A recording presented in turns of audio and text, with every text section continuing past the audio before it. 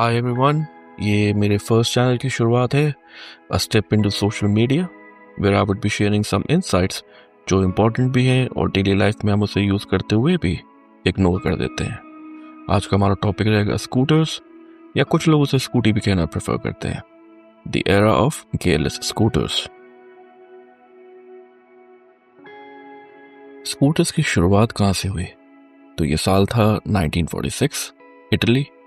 Company का नाम था पियाजियो और स्कूटर था वेस्पा 98। ये सिर्फ एक व्हीकल नहीं था, ये एक ऐसा प्रोडक्ट था जिसने two wheelers and mode of transportation की मार्केट को डिसरप्ट कर दिया था। ऐसा क्यों? ये इस वजह से क्योंकि ये affordable, reliable, good in mileage, light body and easy on pocket था। In simple words, pocket friendly transportation for a fraction of cost that was truly accepted and liked by both men and women.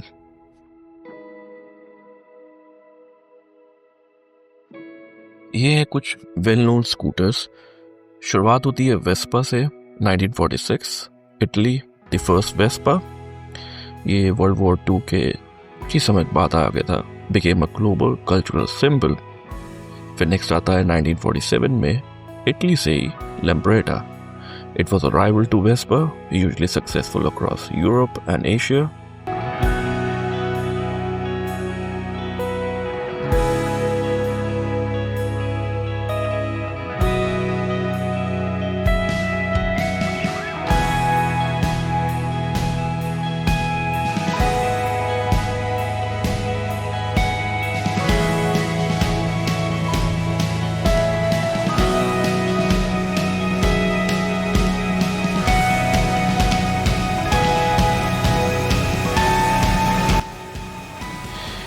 इसके बाद जो सबसे important scooter आता है वो number 3 पे, जिसका नाम है होंडा सुपर कब। 1958, जापानीज, थोड़ा सा टेक्निकल एडवांस था, बट ये स्कूटर आज तक का सबसे best selling two wheeler in history रहा है। It sold over 100 million units.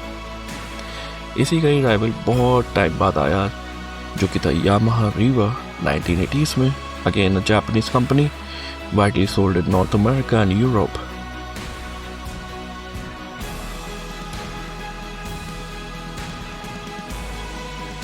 मगर ये तो हुई आउट ऑफ इंडिया की बात। इंडिया में कौन सा ऐसा स्कूटर था जो सबसे पहले इंट्रोड्यूस हुआ था? Any guesses? तो ये था बजाज चेतक 1972। 1972 में बजाज ऑटो ने लॉन्च किया था अपना पहला लेजेंडरी स्कूटर बजाज चेतक। वैसे तो इसका असली डिज़ाइन इटली की पियाजियो कंपनी वेस्पा स्प्रिंट से बेस था, लेकिन इंडिया की सड़कों पे ही असली किंग बना। बजाज चेतक का नाम महाराणा प्रताप के घोड़े चेतक के नाम पर रखा गया था, ताकि उसकी शान और भरोसे को रिप्रेजेंट किया जा सके। और सच कहूँ तो बजाज चेतक ने इस नाम को फुल्ली जस्टिफाई भी किया। आगे बढ़ने से पहले कुछ honourable mentions for the scooter prior to 2000s. LML Select 2 from the company LML in 1990s. Bajaj Super from Bajaj Auto 1976. Priya from Maharashtra Scooter Limited 1970s. Bajaj Cup from Bajaj Auto late 1980s. लेकिन जब ये सभी scooters इतने ही legendary थे and sales were also reaching and setting a new milestone for newer models, तो फिर क्या हुआ जो गियरलेस स्कूटर को मार्केट में एंट्री लेनी पड़ी? आइए गियर स्कूटर्स के बारे में कुछ डाउनसाइड्स यानी कुछ डीमेरिट्स भी समझ लेते हैं। Why the decline for the geared scooters? Heavy clutch and gear-based riding was not preferred for newer generations. उनको चाहिए था कुछ easy to ride. Lack of convenience, especially for women and urban commuters. To be frank, females को gearless scooter ज़्यादा लुभाता था उसके easy drive ability के लिए। Then, arrival of gearless scooters like Kinetic Honda and Honda Activa changed the game entirely. अब बात करते हैं उस टॉपिक पे जिसके लिए ये पूरा वीडियो बनाया गया है, gearless scooter. So the first gearless scooter that attracted the masses was Kinetic Honda. एक ऐसा स्कूटर जो इंडियन टू व्हीलर इंडस्ट्री में एक माइलस्टोन बन गया था, Kinetic Honda। 80s का ज़माना था, स्कूटर्स तो पॉपुलर थे, लेकिन उनमें एक बड़ी दिक्कत थी, गियर शिफ्टिंग की। क्लच दबाओ, गियर बदलो, फिर थ्रॉटल दो, थोड़ा कॉम्प्लिकेटेड लगता था, स्पेशली उन लोगों के लिए जो एक सिंपल और कंफर्टेबल राइड चाहते थे। और तभी इंडिया की मार्केट में एंट्री होती है Kinetic Honda की।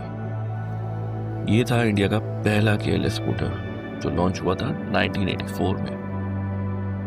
Honda मोटर कंपनी जापान की और इंडिया की Kinetic इंजीनियरिंग के कोलैबोरेशन से इस स्कूटर का सबसे बड़ा अट्रैक्शन था वेरियोमैटिक ट्रांसमिशन, सेल्फ स्टार्ट फीचर और stylish and light weight design. मतलब एकदम ऑटोमेटिक, बिना गियर बदले राइड करो, जस्ट स्टार्ट करो, एक्सीलेटर दो, चल पड़ो। ये कॉन्सेप्ट उस टाइम के लिए बिल्कुल नया था, लोगों ने इसे तुरंत अडॉप्ट कर लिया। Kinetic Honda सिर्फ एक स्कूटर नहीं था, ये एक रेवोल्यूशन था। इसने middle class families, working women और सीनियर सिटीजन्स सबको एक नई मोबिलिटी की फ्रीडम दे दी थी। इसने लोगों के सोचने का तरीका बदल दिया। स्कूटर चलाने के लिए अब हैवी हैंडलिंग और मसल पावर की जरूरत नहीं थी। जब हम आज के ऑटोमेटिक स्कूटर के रेवोल्यूशन की बात करते हैं तो क्रेडिट जाता है सबसे पहले Kinetic Honda को, जिसने गियरलेस स्कूटर को इंडिया की मासेस तक पहुंचाया था। Kinetic Honda ने एक नया कल्चर बनाया, इजी राइड फॉर एवरीवन, और इसी वजह से वो हमेशा याद रखा जाएगा as the first gearless scooter of India that truly attracted the masses। और यहीं से शुरू हुआ गियरलेस स्कूटर का ट्रेंड जो आज भी मार्केट को डोमिनेट करता है, चाहे वो Honda Activa हो, Suzuki Access हो या TVS Jupiter। वीडियो ज़्यादा लंबा ना हो जाए, इसीलिए Activa, Access, Jupiter के लिए एक फुल्ली डेडिकेटेड वीडियो मैं बनाकर फिर से वापस आऊँगा। अगर आप यहाँ तक आ ही गए तो हमारे गियरलेस स्कूटर की तरह मेरी लाइफ को भी थोड़ा सा स्मूथ बना दीजिए। Please do hit the like button and do subscribe to Sleepy Insights, क्योंकि इस चैनल पे मैं वो सारी छोटी बड़ी इंफॉर्मेशन आपके लिए लेकर आऊँगा जो हम अननोइंगली इग्नोर कर देते हैं, no matter what the subject is. नमः शिवाय।